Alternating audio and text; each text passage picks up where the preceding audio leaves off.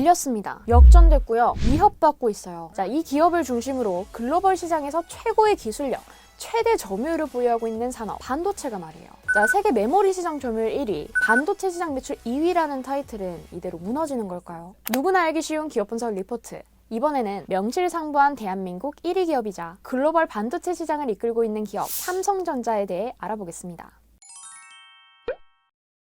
자, 삼성전자를 정확하게 이해하기 위해서는 삼성그룹의 창업주 고 이병철 회장에 대한 이야기를 안 할 수 없는데요. 짧게 설명하면 이병철 회장은 청과나 건어물을 유통하던 삼성상해를 설립해서 돈을 벌고요. 이후에 사업을 확장해서 무역업을 주력으로 하는 삼성물산과 지금의 CJ가 되는 제일제당, 옷감을 국산화하는 제일모직을 설립해서 대한민국 최초의 재벌로 불리게 돼요. 뿐만 아니라 삼성화재로 이름을 바꾸는 안국화재와 신세계백화점의 옛날 버전인 동화백화점을 인수하고요. 동양방송과 중앙일보를 만들면서 보험과 유통, 방송과 언론 사업에도 진출합니다. 하지만 삼성도 기업의 성장에 존재하는 명과함을 피하지는 못했어요. 한 사건을 계기로 이병철 회장이 경영일선에서 물러나는데 이후에 다시 복귀하면서 전자사업 진출을 선언합니다. 그리고 이게 1969년 지금의 삼성전자 설립으로 이어지죠. 그렇게 TV부터 냉장고, 세탁기 등의 가전제품 생산을 비롯해서 반도체 사업까지 영역을 확장한 삼성전자는 오늘날 IT, 모바일, 디스플레이, 전장 분야에서도 사업을 진행하는 삼성그룹의 글로벌 계열사로 성장했는데요. 그런 만큼 이번 영상에서는 여러 사업들 중에서도 수익성이 가장 높은 반도체 부문과 매출 비중이 가장 높은 IT 모바일 부문, 그리고 꾸준히 성장하고 있는 소비자 가전 부문에 집중해서 살펴볼게요. 코로나 매출에도 불구하고 지난해 삼성전자는 매출에서 2019년보다 2.78%가 증가한 236조 8,070억 원을, 영업이익에서는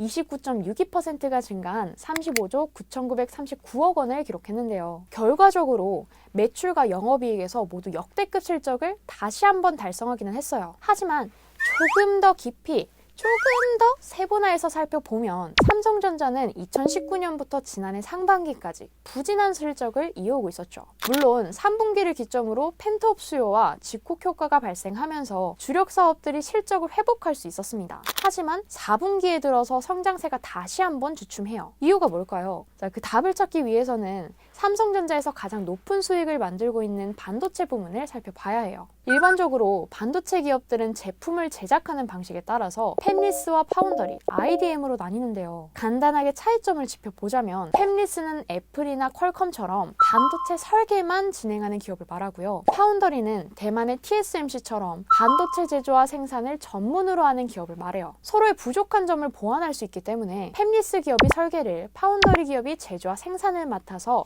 하나의 반도체를 생산하기도 하죠. 자, 반면에 설계부터 제조, 생산을 모두 해결할 수 있는 기업을 IDM이라고 하는데요. 이번 영상의 주인공 삼성전자가 여기에 해당됩니다. 자, 그리고 이런 기업들이 세계 반도체 시장의 30%를 차지하고 있는 메모리 반도체와 70%를 차지하고 있는 비메모리 반도체 시장에서 사업을 진행하고 있는데요. 참고로 메모리 반도체는 삼성전자가 29년 연속 세계 1위를 차지하고 있는 동시에 사업 부문 중에서 가장 많은 이익을 내고 있는 부분이에요. 어느 정도냐면 지난해를 비롯해서 삼성전자의 전체 영업이익 중 절반 이상이 반도체 사업에서 발생하고 있죠. 자, 그런데 생각해보세요. 시장 점유율과 수익 비중이 높다는 말은 시장 상황이 좋으면 기업이 이익을 낼 수 있다는 의미도 되지만 반대로 시장 상황이 나쁠 경우 손해를 볼 수 있다는 뜻도 돼요. 그렇다 보니까 2019년에 미중 무역 분쟁으로 발생한 경기 침체와 메모리 과잉 공급으로 인한 반도체 가격 하락은 삼성전자의 실적을 감소시키는 원인이 될 수밖에 없었죠. 2020년 4분기 역시 달러 약세와 신규 라인 초기 투자 비용 지출, 메모리 반도체 가격 하락 등의 문제가 발생했기 때문에 성장세가 주춤할 수밖에 없었어요. 2019년과 2020년 상반기 그리고 2020년 4분기에 삼성전자의 실적이 부진했던 이유 이제 이해 가시나요? 한편 지난해 삼성전자의 실적에 영향을 미쳤던 주력 사업은 반도체 부문 외에도 두 개가 더 있어요. 바로 소비자 가전 부문과 IT 모바일 부문입니다. 자, 먼저 소비자 가전 부문은 삼성전자의 사업 중에서도 꾸준하게 성장하고 있는 분야예요. 그런 만큼 지난해 매출액은 48조 1,700억 원을, 영업이익은 3조 5,600억 원을 기록하면서 4년 만에 LG전자를 앞지릅니다. 삼성전자는 어떻게 생활가전의 강자로 불리는 LG전자를 다시 앞설 수 있었던 걸까요? 바로 집콕 문화와 함께 가전제품에 투자하는 대체 소비 트렌드가 확산됐기 때문이에요. 실제로 지난해 가전제품 시장의 성장률을 살펴보면 전통적인 필수 가전부터 신가전 제품까지 대부분의 제품군에서 두 자릿수 성장률이 나타났다는 사실을 확인할 수 있는데요. 하지만 삼성전자는 시장 효과에만 만족하지 않습니다. 아마 수익을 만들 수 있는 새로운 경쟁력이 필요하다고 생각했던 것 같은데 어쨌든 기존의 가전제품과는 전혀 다른 맞춤형 가전 브랜드 비스포크를 출시하고요. 결과적으로 기능과 취향이 모두 만족됐을 때 가전 구입까지 연결된다는 신규 소비 트렌드를 그대로 적중시키면서 경쟁력과 소비자들의 관심이라는 두 마리 토끼를 모두 잡는 데 성공해요. 참고로 비스포크 가전은 2019년 5월에 출시된 후 20개월 동안 월 평균 5만 대씩 생산됐다고 하죠. 한편 삼성전자가 반도체와 가전으로 유명한 것도 맞지만 그보다 더 익숙하고 우리의 일상에 가까운 사업이 있어요. 바로 IT 모바일 부문, 즉 스마트폰입니다. 국내는 물론 글로벌 시장에서도 통하고 있는 만큼 실적도 꽃길을 걷고 있을 것 같잖아요. 그런데 알고 보면 그렇지 않습니다. 시장 점유율 1위답게 삼성전자는 스마트폰 시장이 본격적으로 성장하기 시작한 2011년 이후부터 꾸준하게 20% 이상의 점유율을 확보해 왔어요. 하지만 새롭게 열린 5G 시장에서는 중국의 화웨이와 미국의 애플에게 밀려서 3위로 내려앉았고요. 전체 시장 점유율 역시 2013년 이후 꾸준히 감소하다가 지난해에는 10년 만에 처음으로 10%대를 기록했습니다. 주목해봐야 될 점은 이게 다가 아니에요. 지난해 삼성전자의 유럽 시장 판매량은 2019년보다 12%가 줄었거든요. 하지만 애플은 1%밖에 줄지 않았고요. 중국의 샤오미는 오히려 90%가 늘었어요. 이 말은즉 iOS 생태계와 다르게 안드로이드 생태계는 시장을 나눠 가질 수밖에 없는 만큼 경쟁에서 밀리기 쉽다는 의미가 됩니다. 엎친 데 덮친 격으로 스마트폰 교체 주기 역시 길어지면서 시장의 규모는 점점 축소되고 있는데요. 이런 이유들로 삼성전자의 IT 모바일 부문의 매출은 2019년보다 1.7%가 감소하면서 5년 만에 처음으로 100조 원 달성에 실패했어요. 삼성전자 이대로 괜찮은 걸까요? 다행스럽게도 경쟁력 확보와 실적 회복에 대한 기회는 남아 있습니다. 앞에서 이야기했던 것처럼 지난해 전 세계 스마트폰 시장은 2019년에 비해 20% 가까이 감소했었어요. 하지만 올해는 펜트업 수요 증가, 5G 대중화, 중저가폰 확대 효과와 함께 소비자들이 뉴노멀, 새로운 표준에 익숙해지면서 시장의 수익성이 회복될 것으로 예측되고 있습니다.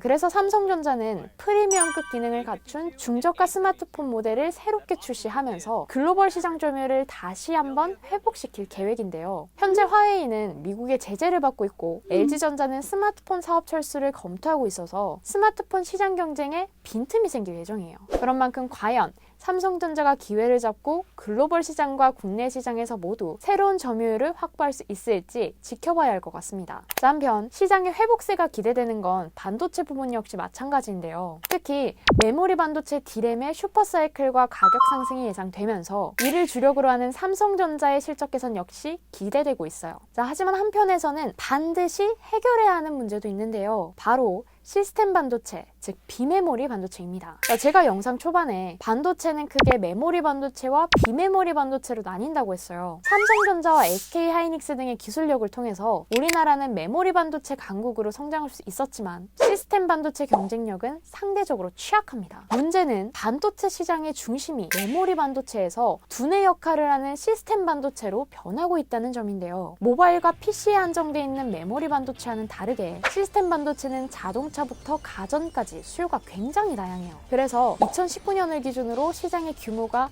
2,269억 달러, 하나로 250조 원을 기록했는데요. 이 수치는 연평균 7.6%씩 성장해서 2025년에는 3,389억 달러, 하나로 약 374조 원에 달할 것으로 예상되고 있어요. 현재도 세계 반도체 시장에서 시스템 반도체가 차지 중인 점유율이 메모리 반도체 시장의 2배로 웃도는데 그 차이가 더 벌어질 가능성이 크다는 이야기입니다. 그렇다면 반대로 지금까지 삼성전자가 1위를 차지하고 있던 메모리 반도체 시장의 점유율은 여전히 안전할까요? 그렇지 않습니다. 기술 개선이 한계에 도달하면서 경쟁업체에게 기술력 1위 자리를 위협받고 있는 상황이고요. 실제로 이미 2번이나 미국의 반도체 기업 마이크론에게 세계 최초라는 수식어를 내줬죠. 물론 이런 상황들을 해결하기 위해서 삼성전자는 대규모 인수합병과 투자를 계획하고 있는데요. 과연 시스템 반도체 점유율 확대와 함께 메모리 반도체 점유율 지키기까지 성공시킬 수 있을까요? 지금까지 삼성전자에 관련된 이야기와 함께 주력 사업과 산업에 대한 확인까지 해봤는데요. 드디어 기다리고 기다리던 삼성의 상반기 신입사원 채용이 시작됐습니다.